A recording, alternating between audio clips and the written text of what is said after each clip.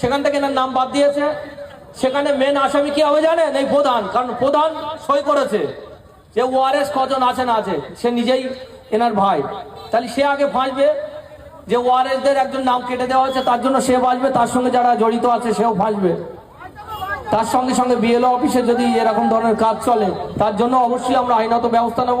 চাচা আমাদেরকে জানিয়েছে, আমরা অবশ্যই চাচাকে নিয়ে লিখিতভাবে প্রতিটি জায়গায় এই শাসন থানা থেকে শুরু করে এবং বারাসাত কোর্ট সব জায়গায় ইন্ডিয়ান সেকুলার ফ্রন্টের যেসব কর্মীরা আছে সকলেই সঙ্গে আছে। এবং নট অনলি চাচা, আপনাদেরকে বলছি 2021 সাল থেকে 2026 সাল অবধি ইন্ডিয়ান সেকুলার ফ্রন্টের যে সকল কর্মীর উপরে আক্রমণ করা হয়েছিল, যাদেরকে মারধর করা হয়েছিল, ঘর বাড়ি ভাঙচুর করা হয়েছিল, তাদেরকে আমরা বলছি প্রতিটি বুথে ইন্ডিয়ান সেকুলার ফ্রন্টের যারা নেতৃত্বরা আছে তাদের সঙ্গে আপনারা যোগাযোগ করুন এবং প্রতিটি অঞ্চলে যারা লিডাররা আছে তাদের সঙ্গে আপনারা যোগাযোগ করুন।